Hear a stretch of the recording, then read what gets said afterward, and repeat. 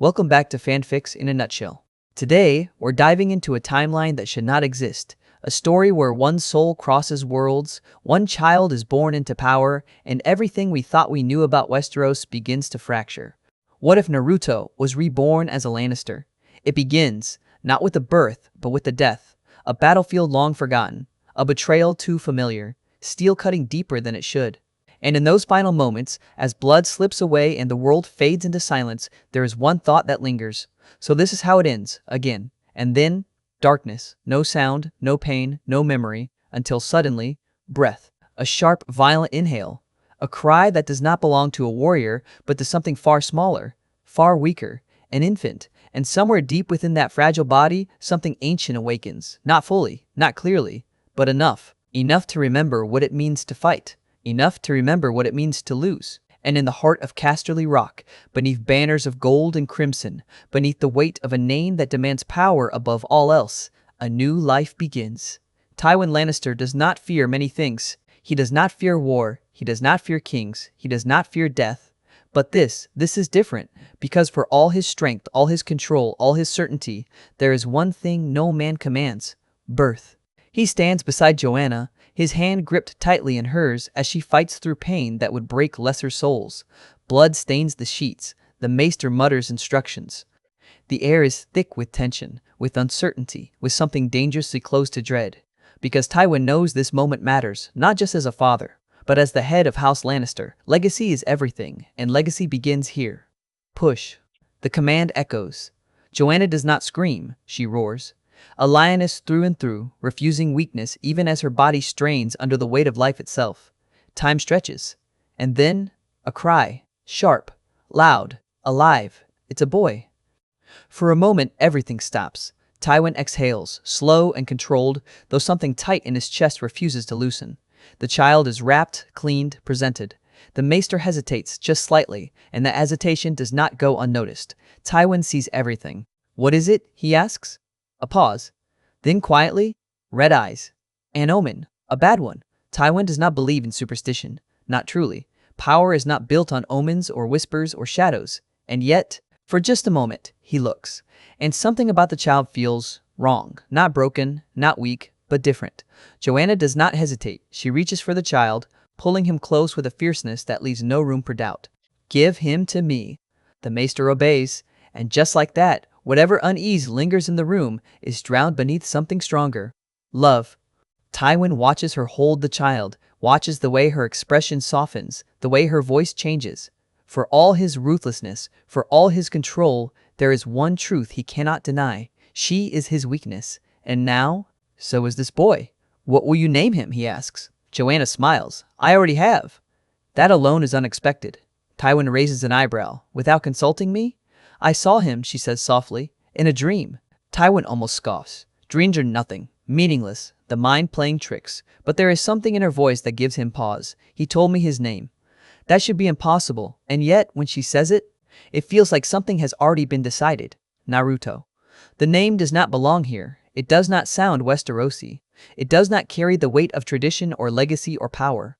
It should be wrong, and yet, the child smiles, a newborn, smiling. Tywin stills. Because in that moment, something shifts. Not visibly, not loudly, but undeniably. This child is not normal. And somewhere deep within him, a thought takes root. This one will be different. Years pass. Not quickly, not cleanly, but steadily. And the boy grows.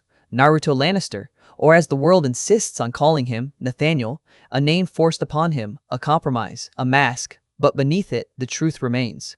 He is not like the others. From the beginning, there are signs. Not obvious enough to declare. Not blatant enough to accuse, but present. He learns faster, moves sharper, hits harder, and most importantly, he understands things he should not. Jaime notices first. It happens in the training yard, under the watchful eyes of guards who think they are witnessing nothing more than brothers at play. Steel clashes. Once, twice. Again, Jaime is good, better than most boys his age. Strong, confident, skilled. But Naruto is something else. He fights like someone who has done this before, not with grace, but with intent. Daggers flash where swords should be, feints where honor should stand, pain where hesitation would normally exist. Jaime blocks, reacts, adjusts, but he is always a step behind. Yield, Naruto says, calm and certain. The blade rests at Jaime's throat, and for the first time, Jaime understands. His little brother is dangerous, not because of strength, but because of how he thinks. Honor doesn't win wars, Naruto tells him later, wiping blood from his lip. It gets people killed. Jaime laughs it off, but the words stay with him, because they sound less like a boy learning, and more like someone remembering. Cersei sees something else entirely. Where Jaime sees skill, she sees threat. Where Jaime feels rivalry, she feels displacement. Because from the moment Naruto begins to grow, attention shifts, not completely, but enough to matter, enough to change things. She watches him closely, studies him, tests him, and what she finds only makes things worse. Because Naruto does not play the game the way others do. He doesn't seek approval. He doesn't beg for validation. He doesn't fear punishment the way he should. He stands his ground, even against her, even against Tywin, especially against Tywin. And that is something no one in House Lannister is supposed to do, but Naruto does. Because deep down, beneath the name, beneath the expectations, beneath the world he now inhabits, he still remembers something important. Family. Not legacy, not power, not reputation. Family. And that belief, that one difference, begins to change everything. Because in a world like Westeros, where loyalty is bought, where love is weakness, where power is everything, a boy who fights for people instead of legacy is the most dangerous thing of all. And that danger becomes clear the moment Tyrion is born. The room smells of blood again. Joanna screams again. And this time, it is worse. Much worse. The child is small, misshapen, wrong by the standards of this world.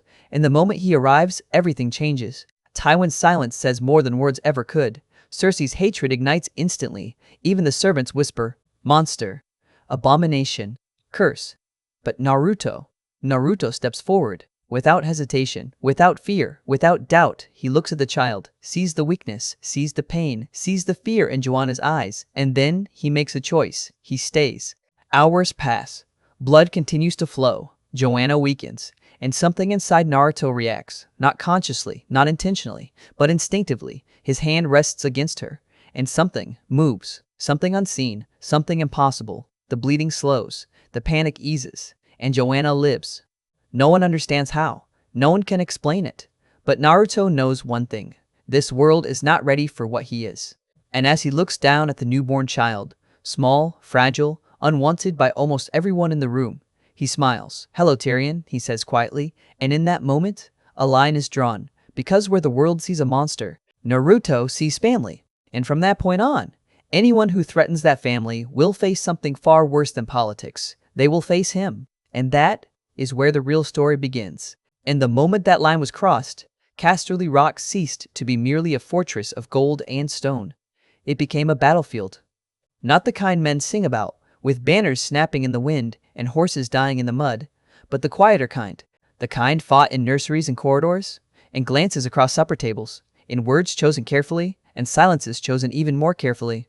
Because Tyrion's birth did not simply add another son to House Lannister, it exposed every fracture already running through it. Naruto understood that before anyone else. Joanna survived, and that mattered more than Tywin would ever say aloud. It softened nothing essential in him, but it prevented something colder from taking root. He remained stern, ruthless, and intolerant of weakness, yet the presence of his wife kept his cruelty measured. That was the first change. The second was Tyrion. The third was the boy standing between them all, watching the family he had been born into edge toward the kind of hatred that poisoned kingdoms from the inside. Cersei never forgave the child for nearly taking their mother from her. Jaime did not hate the boy, but neither did he know what to do with him. Tywin looked at Tyrion and saw insult, embarrassment, and a future complication. Joanna alone loved him without reservation. Naruto loved him almost as fiercely, and that was where the true trouble began. Because Naruto did not merely pity Tyrion, he claimed him. That claim was not spoken before the household. It did not need to be. It was there in the way Naruto lingered near the cradle, in the way he noticed every servant who stared too long, in the way his gaze sharpened whenever Cersei passed too close. He had lived one life already in a world that taught him what loneliness could do to a person. He had no intention of letting his brother grow up drowning in the same poison. And if that meant he had to fight his own family to do it, then so be it. Time moved on, as it always does. The days after Tyrion's birth should have brought peace to the rock. Instead, they brought visitors. The Martells arrived from Dorne with all the discomfort of children dragged far from home and told a smile through it. Oberyn was restless from the start, his eyes always moving, always measuring. Elia was calmer, gentler, but no less observant.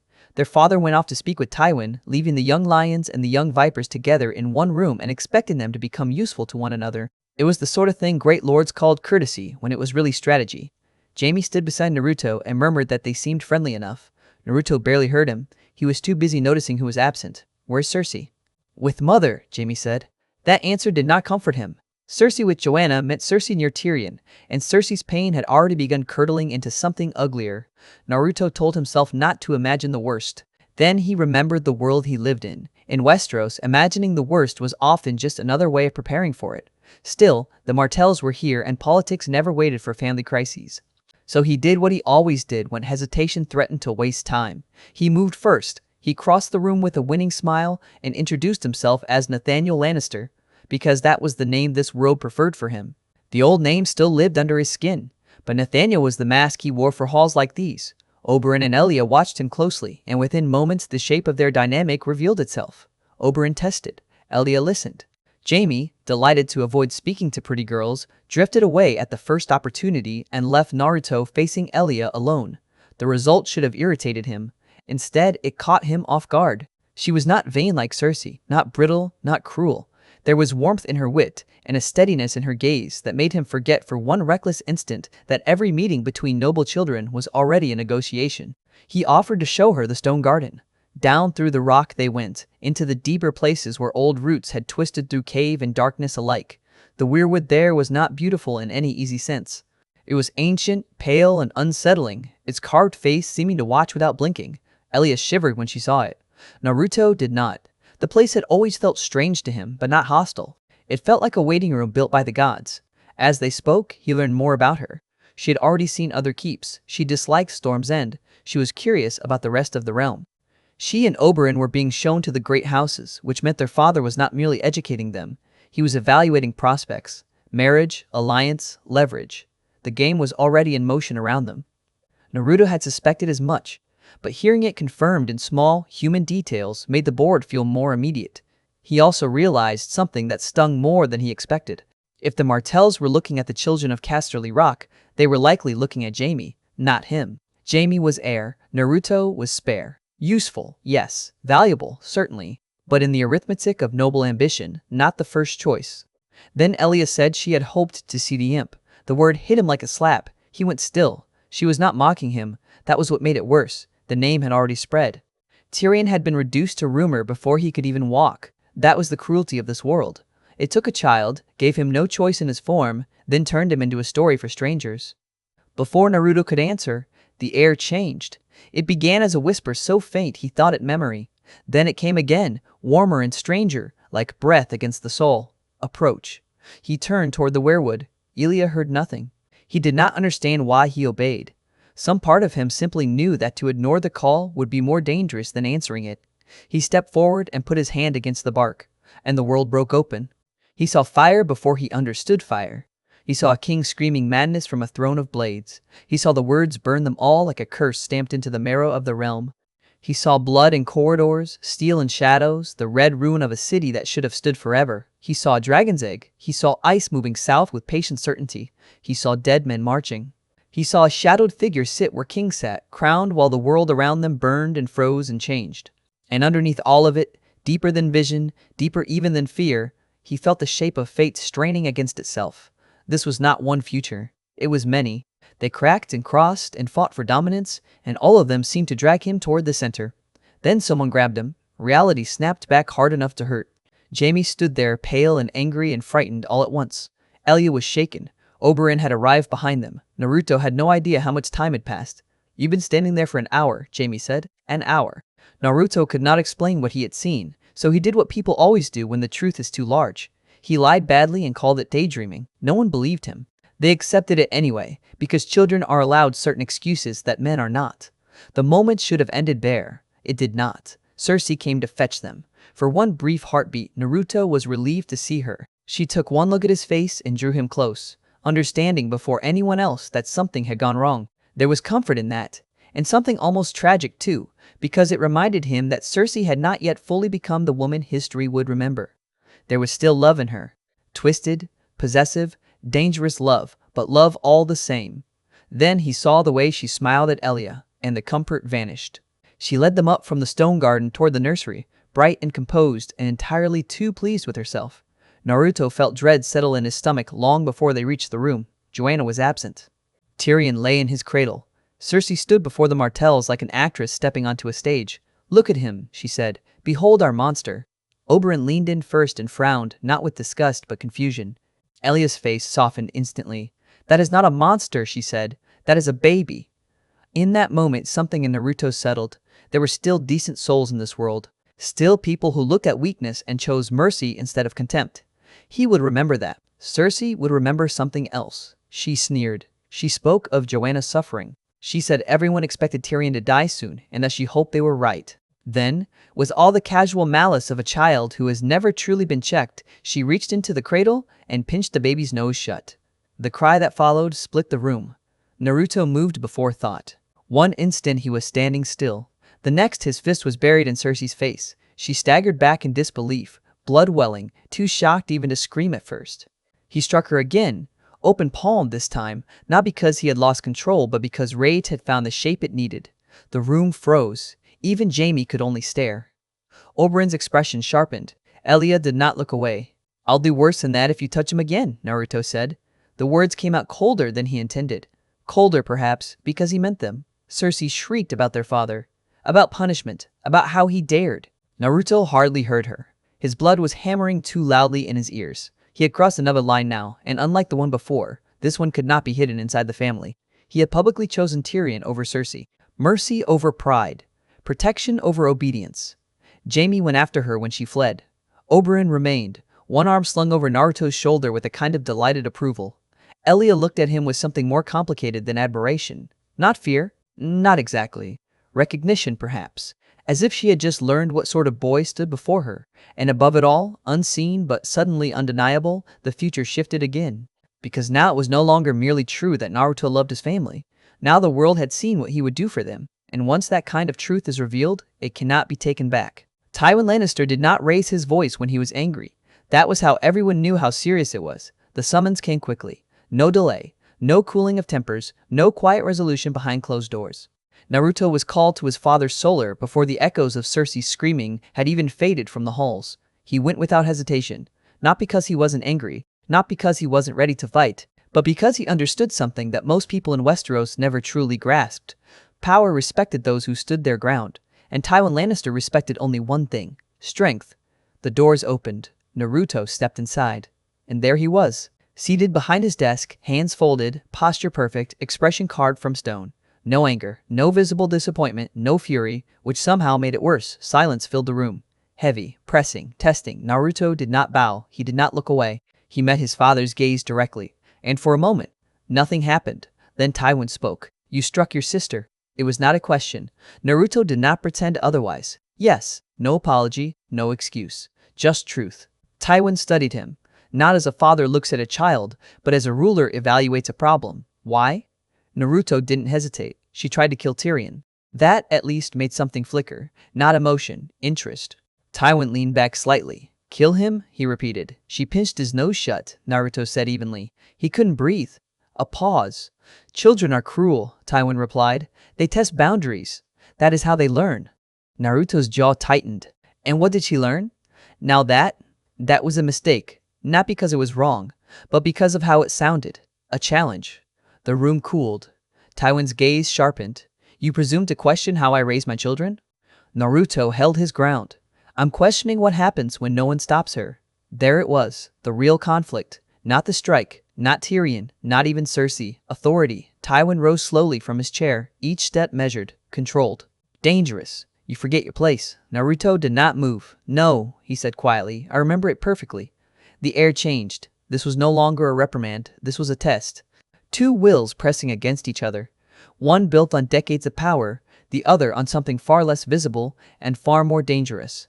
Tywin stopped in front of him. "You are my son," he said. "A Lannister. You will not bring shame upon this house with impulsive, emotional displays." Naruto's voice did not rise, but it hardened. And letting her kill him wouldn't? A beat. Silence stretched thin. For a fraction of a second, Tywin considered him, truly considered him, and what he saw did not entirely displease him. That was the unsettling part. Because this defiance, this refusal to bend, this willingness to act, it was dangerous, but it was also useful. You acted, Tywin said at last, without permission, without thought for consequence. Naruto's eyes didn't waver. I acted because no one else would. Another silence, longer this time. He should have been punished, struck, shouted down, made an example of. That was how most fathers in this world would respond. But Tywin Lannister was not most fathers. Leave, he said. Just like that, no punishment, no resolution, only dismissal. Naruto turned, walked out. And only when the door closed behind him did Tywin speak again, quietly, to himself. Interesting, because for the first time, he was not entirely certain whether his second son would serve the family or reshape it. The consequences did not end there. They never did. Cersei did not forgive, she did not forget, and most importantly, she did not learn the lesson Naruto had intended, because from her perspective, this was not correction. This was betrayal. Her brother had chosen Tyrion over her, struck her, humiliated her, in front of outsiders. That was not something she could simply let go, and so something inside her shifted, not loudly, not all at once, but enough. Enough that when she looked at Naruto now, there was something colder in her eyes, something sharper, something that would not fade with time. Jaime saw it. He didn't know what to do about it, so he did what he always did. He stayed close. To Naruto, to Cersei, to both sides of a fracture that was only just beginning to widen. Because Jaime understood something instinctively. This family was changing. And he didn't know which side he would stand on when it finally broke. Naruto didn't get the luxury of ignoring it, because while the tension inside his family grew, something else had already begun to grow inside him. The vision. It didn't leave. It lingered. Fragments at first. Flashes. Fire. Screaming. A throne that felt wrong. 3 words that refused to fade. Burn them all. He couldn't place them. Couldn't fully understand them. But he knew one thing with absolute certainty. That future wasn't fixed. It couldn't be. Because if it was, then everything he had seen, everything he had felt, was inevitable. And Naruto refused to accept that. Training became something else entirely after that. Not just practice. Preparation. Jaime noticed first. Since when do you train this much? Naruto didn't stop moving. Since I realized I don't know enough. Steel clashed. Faster now. Sharper. More precise. Jaime barely kept up. That's not an answer. Naruto stepped in. Too close. Too fast. A dagger slipped past Jaime's guard and stopped just short of his throat. It is, Naruto said quietly. Jaime exhaled. Stepped back. Studied him. You're changing. Naruto sheathed the blade. No, he said. I'm remembering. That answer didn't make sense, but Jaime didn't push, because whatever was happening, it wasn't something he could stop. Elsewhere in the rock, other things were shifting. Elia stayed longer than expected. At first, it was simple courtesy, then curiosity, then something else. Because she had seen something in Naruto, not just strength, not just defiance, but intent, purpose. And that made him different. They walked again, spoke again, not as children being paraded for alliance, but as two people trying to understand the world they were trapped in. You don't act like a noble, she said one afternoon. Naruto smirked. That a complaint? It's a warning, she replied. Men who don't follow the rules tend to make enemies. Naruto glanced at her. Good. That wasn't arrogance. That was certainty. And that unsettled her more than anything else. Why? She asked. Because the rules are broken. A pause. Aaliyah studied him. Carefully now. You talk like you've seen what happens when they're followed. Naruto didn't answer immediately. Because for a moment, he almost told her. About the fire. About the throne. About the war that hadn't happened yet. Instead, he said something simpler. Let's just say, I don't like how this story ends. That lingered between them. Because even if she didn't fully understand it, she felt the weight behind it. And then, the next crack appeared. Not in whispers, not in glances, but in action. Cersei didn't attack Tyrion again. Not directly. She wasn't foolish enough to repeat the same mistake. Instead, she began to isolate him. Servants who got too close were reassigned. Whispers spread. Stories twisted. The word monster became normal, acceptable, expected. Naruto saw it happening, every step of it. And for the first time, he realized something dangerous. Not all harm came from a blade. Some of it came from silence, from neglect, from allowing the world to decide who someone was, before they had the chance to decide for themselves. And that was something he would not allow. That night, he sat beside Tyrion's cradle. The room was quiet, still. The kind of stillness that came before something changed. Tyrion stirred slightly. Small, fragile, unwanted by most of the world he had been born into. Naruto leaned back, exhaled slowly. You're going to have a hard life, he murmured. Tyrion made a soft sound. Naruto smiled faintly. Yeah, I know the feeling. A pause. Then, something shifted. Not outside. Inside. A realization. Clear, sharp, unavoidable. The future he saw. The war. The fire. The throne. It all connected. Not just to kings. Not just to dragons. But to people like this. To moments like this. Small. Quiet. Easy to ignore. Naruto looked down at Tyrion again and made a decision. Not as a child. Not as a Lannister. But as something else entirely. I'm not letting this world break you, he said. And in that moment, the timeline changed again, because protecting Tyrion wasn't just about family anymore, it was about the future, and whether it would burn or be rewritten.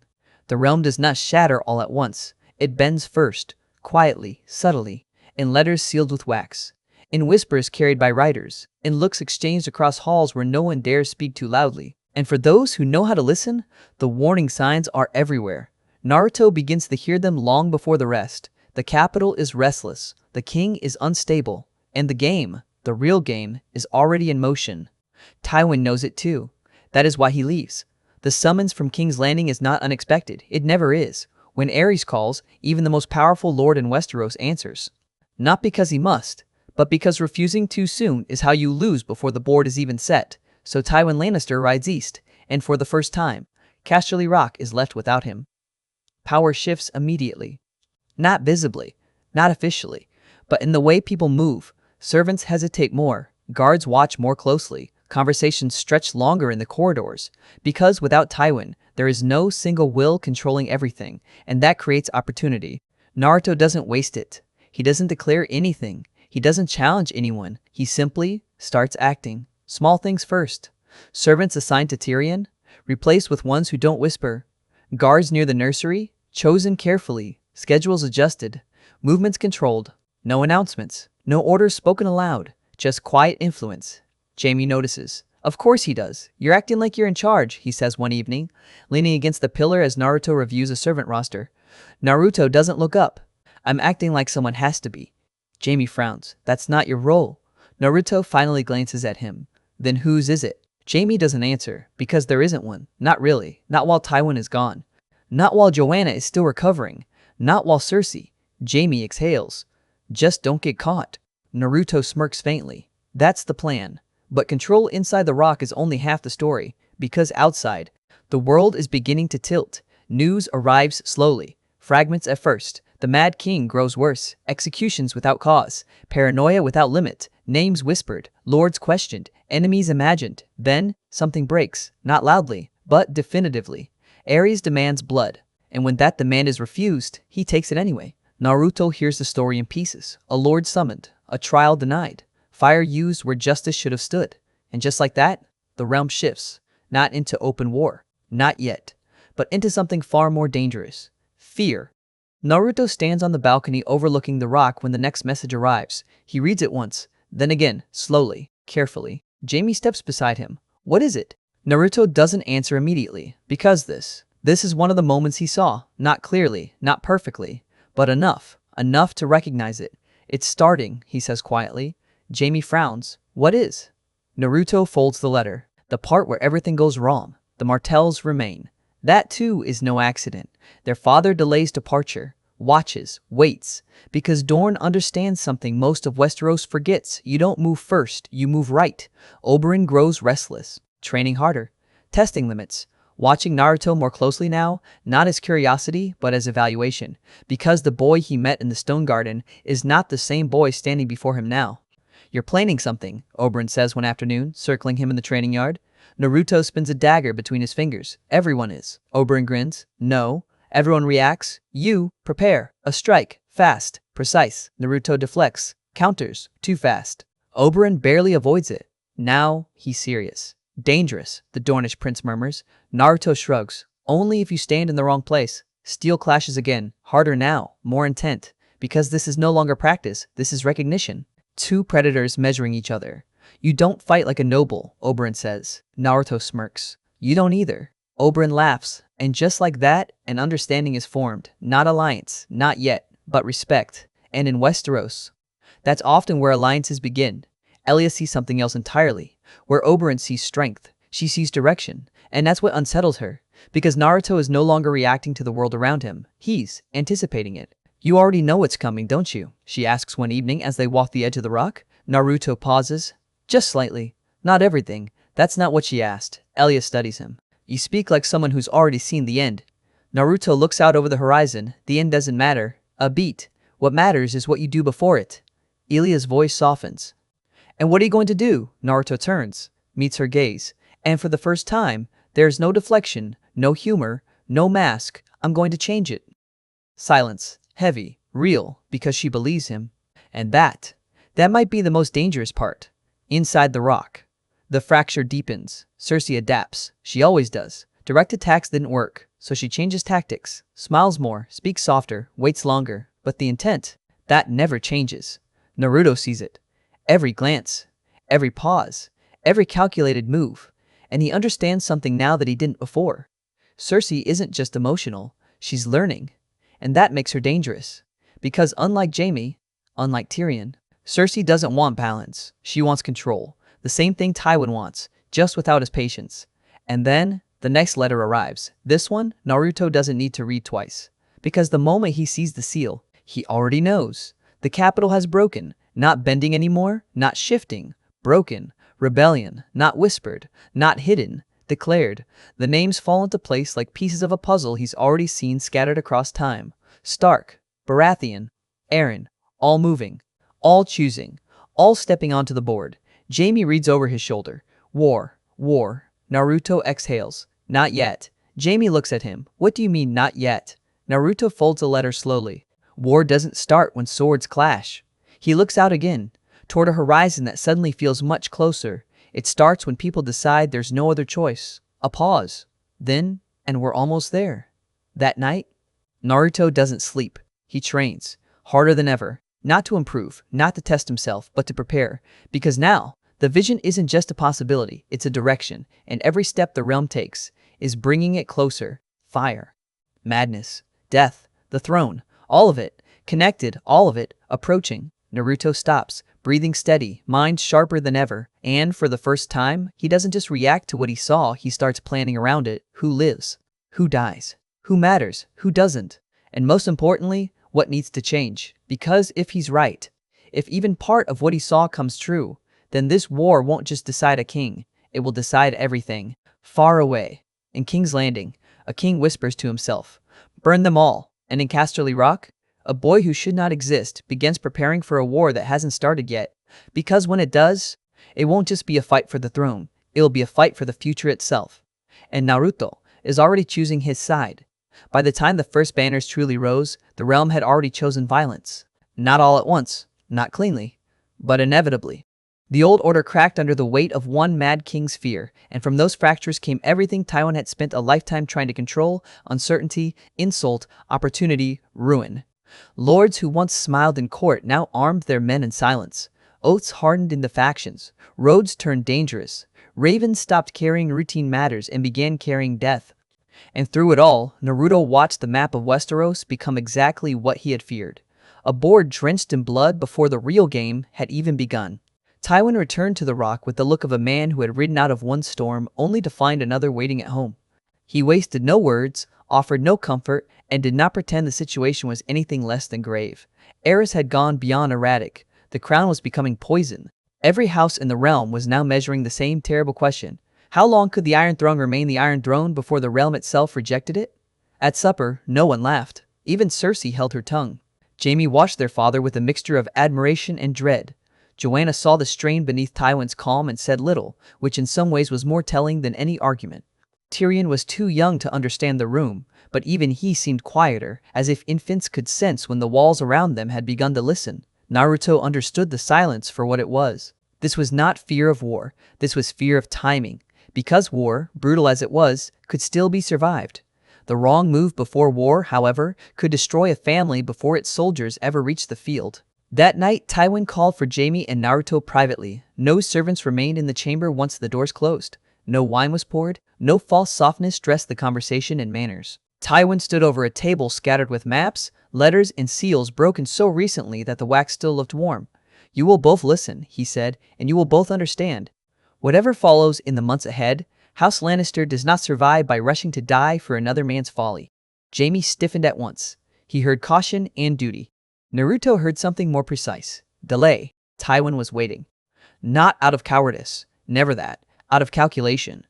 The lion did not leap because dogs barked in the dark. He leapt when the throat was exposed. Naruto moved closer to the table and studied the positions marked there. Storm's End, the Eyrie, the North, King's Landing, the Riverlands. Even half-seen, the pattern was obvious.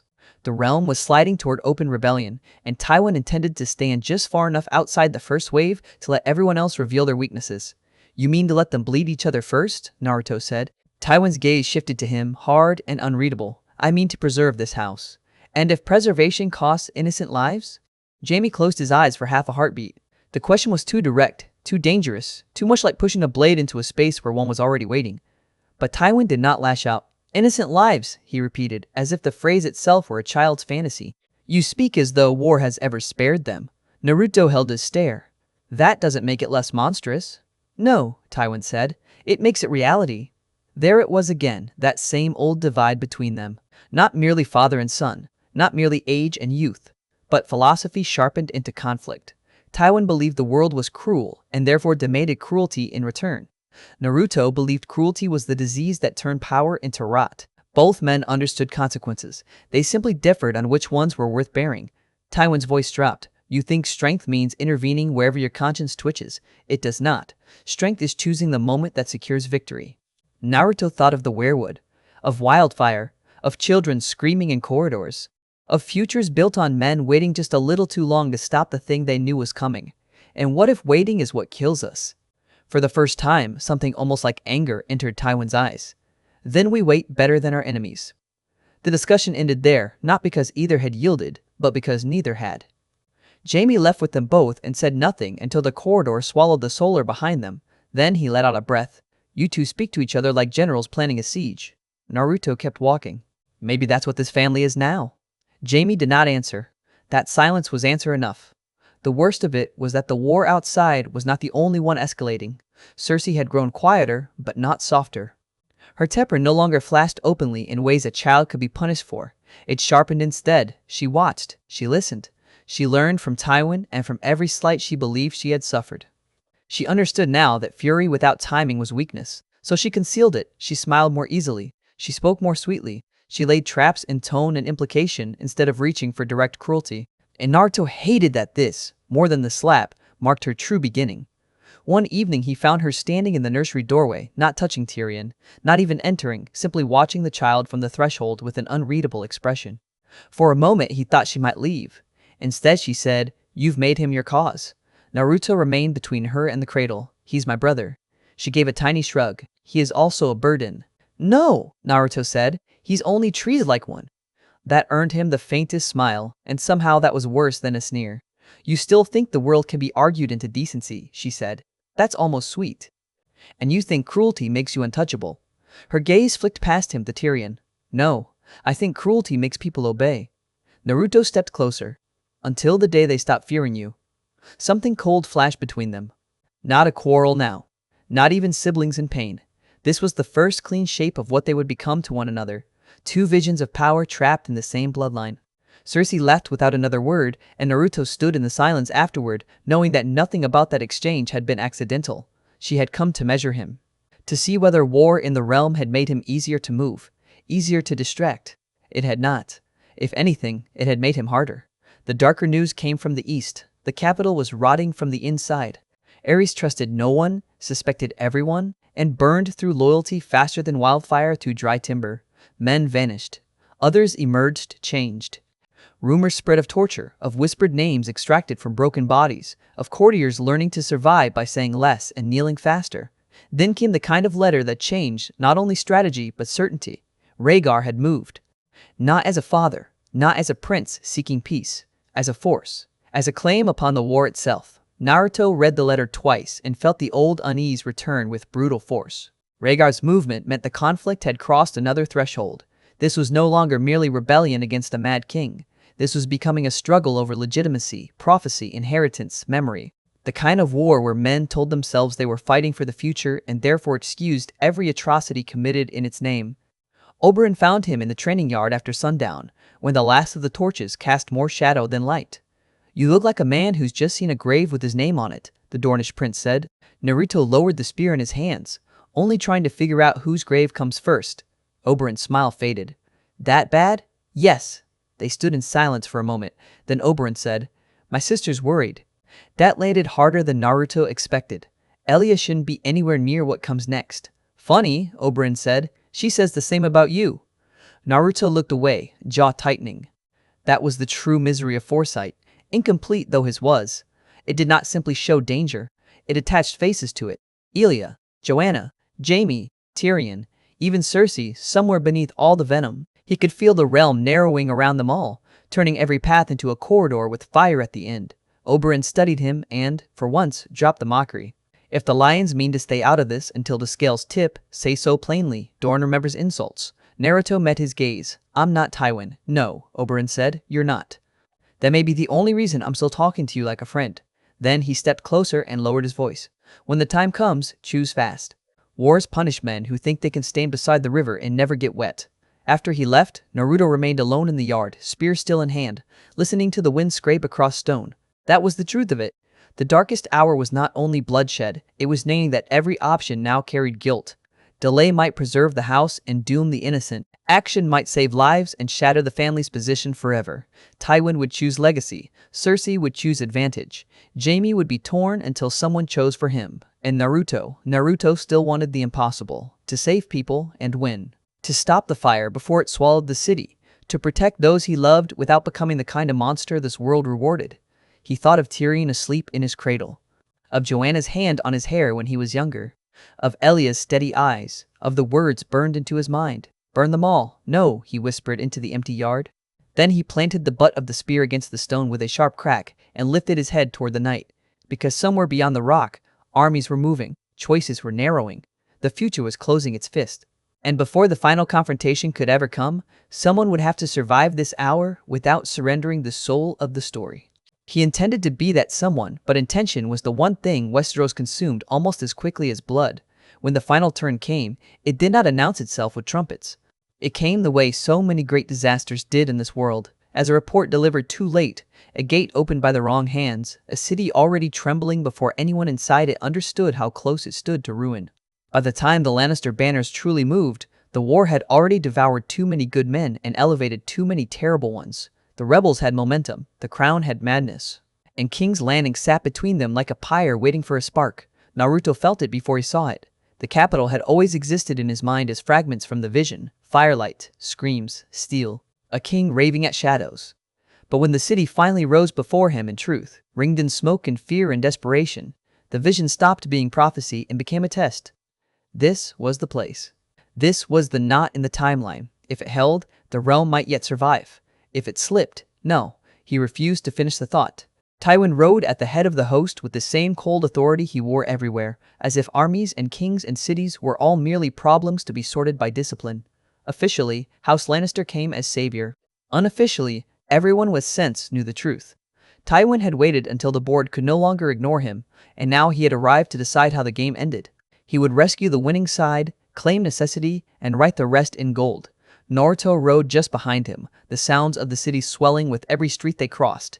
The gates had opened. The lion had entered. And already, the first signs of collapse were spreading in every direction. Men shouted contradictory orders, shops slammed shut, small folk fled down alleys like water seeking cracks in stone. Somewhere in the distance, a woman screamed, and another voice answered with laughter. The sack had begun. He looked toward Tywin. "Call them back." Tywin did not even turn his head. "Control what you can. That isn't control. It's slaughter. It is war." Naruto's hand tightened on the reins until his knuckles hurt. There it was again, that same old creed dressed in different blood. Necessary. Practical. Reality. Tywin always had a name for cruelty that made it easier to deploy. But the city did not care what name men used. Dead was dead. Burned was burned. Broken was broken. Then the words came drifting back through memory like poison through smoke. Burn them all. His head snapped toward the Red Keep. Not the streets, not the walls, the castle, the king. Everything in him went cold. "Jaime," he said. His brother, armored and grim beside him, looked over. "What?" "The king." Jaime frowned. "What about him?" Naruto was already dismounting. If he means to die, he won't die alone. Jaime swore and followed. They left the chaos of the streets behind them and drove toward the heart of the keep, through corridors choked with fleeing servants and trembling guards who no longer knew which orders mattered. Here the city's panic took on a different flavor. It was not the hot violence of soldiers looting a conquered place. It was the suffocating dread of people trapped near the source of madness itself. Everyone moved too quickly, looked too little, spoke in fragments. The deeper they went, the more the vision pressed in. A king on the throne, a sword through his chest, a head rolling across the floor. Something different had to happen. It had to. Then they found Rosart. The pyromancer looked half priest, half corpse in the torchlight, his robes hanging from him like funeral cloth. He was hurrying somewhere with the bright-eyed fervor of a man who believed himself chosen. Naruto did not wait for introductions. He hit him hard enough to break the old man's stride and send him crashing into the wall. Jaime stared. Gods, what was that for? Ask him where the wildfire is. Rosart tried to scramble up, muttering about the king's command, about traitors, about sacred fire. Naruto hauled him upright by the throat and slammed him back again. Where? The answer came in gasps. Beneath the city, in caches, under streets and halls and septs and stables and homes, everywhere. Jaime went pale. In that instant, the scale of it became horribly clear. This was not madness aimed at enemies. It was annihilation aimed at memory itself. Ares had built a grave beneath his own capital and meant to drag half the realm into it with him. Naruto shoved Rosart toward Jaime. Take him. Find every alchemist you can and lock them down. If anyone runs, they die. Jaime hesitated only a moment. Then he nodded, and whatever remained of the boy he had been vanished behind the face of the man he needed to become. That left Naruto alone with the final corridor. By the time he entered the throne room, the screaming had mostly stopped. The silence there was worse. It hung like a held breath over iron and shadow. Ares stood near the throne, wild-haired and bright-eyed, one hand clenched on the armrest as if the ugly seat itself might steady him. There was fear in his face, yes, but greater than fear was offense. The furious disbelief of a man who cannot accept that the world has stopped behaving like his servant. You, the king hissed when he saw Naruto. Another lion come to bare his teeth. Naruto kept walking. The throne room seemed smaller than the vision had made it. Or maybe visions simply leave more room for dread. It doesn't have to end this way, he said. Ares laughed. It came out brittle and wrong. End? Boy, this is not the end. This is purification. Let the traitors choke on ash. Let them crawl over the bones of their oaths.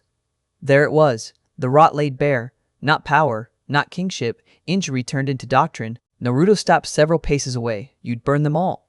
The king's smile widened, delighted and hideous. Yes. The word settled everything. No more uncertainty. No more wondering whether the future might yet dodge itself without his hand on the scale. There are moments when history can still be argued with. This was not one of them. Ares began to shout for his guards. Naruto moved first. The strike was clean, fast, final. The king staggered back, shock overtaking madness only at the very end, as if some part of him had truly believed no one would ever dare. Then he fell, and the sound of his body hitting the steps of the throne echoed through the hall like a verdict. For one long moment, Naruto stood over him and said nothing. He had changed it, not perfectly, not cleanly, but enough. The throne remained empty behind the corpse, all black iron and sharp edges, and inherited disaster. In the vision, someone had climbed it in shadow. Now it simply waited, as if power itself were asking the same question the realm would soon ask. Who comes next? Naruto did not sit. That was the important part. He could feel, even then, how easy it would be to mistake necessity for destiny, to tell himself he had earned the seat by saving the city, to believe that because he had stopped one mad ruler, he therefore deserved to become the next answer to everyone's fear. But that was how the throne won. It turned salvation into entitlement, duty into appetite, so he turned away. When he emerged, the shape of the city was already shifting again. Jaime had done what he could. The pyromancers were contained. The caches would take time to secure, but the chain had been broken. The capital would not become a funeral pyre today. That did not mean the cost vanished. The sacks still scarred the streets. Blood still ran where banners had passed. Men still died for causes they barely understood. Yet one horror had been denied. And in a world like this, that mattered. Sometimes history changed, not because everything was saved, but because one unbearable outcome was refused. In the days that followed, the realm moved with the stunned exhaustion of something too wounded to celebrate. The dragon line had cracked. Robert's cause surged. Alliances reformed overnight. Old grievances dressed themselves as new law. Tywin, unsurprisingly, positioned House Lannister exactly where survival and influence met. He would not be loved for it. He did not care. What changed more quietly, and perhaps more permanently, was the family. Jaime looked at Naruto differently now, not merely with affection or rivalry, but with the knowledge that his younger brother had stepped into the center of history and returned carrying the weight of it. Tyrion, though still young, would grow in a world where one brother had chosen to protect him from the start. Cersei did not become softer, but neither could she ever again pretend Naruto was someone to be maneuvered around like furniture in a room she owned. Tywin saw enough in his eyes to know he had crossed some invisible threshold and survived it at a cost he would never fully name. And Elia remained one of the few people who looked at him not as savior, threat, or weapon, but as a man trying desperately not to become what this world kept rewarding. In that, perhaps, there was hope. Not the foolish sort, not the kind songs were made from, but the quieter kind. The kind built when one soul recognizes the shape of another's burden and does not turn away. Westeros did not become gentle after that. It did not become just. Alternate timelines are not miracles. They are roads, and roads still pass through mud and graves and difficult choices. But one choice had reshaped everything. One child born beneath the lion banner, carrying memories of another life, had refused to let madness write the ending unchallenged. And that is what makes stories like this so fascinating. Not the throne itself, not the war, not even the blood. It is the question underneath all of it. If one person changes one decision at the right moment, how much of history can be saved from becoming itself? This is how Naruto Lannister changed Westeros. Not by making the world perfect, but by stopping it from becoming the worst version of its future. And in stories like these, that one difference is everything. If you enjoyed this journey, be sure to like the video and subscribe to Fanfics in a Nutshell for more alternate timelines.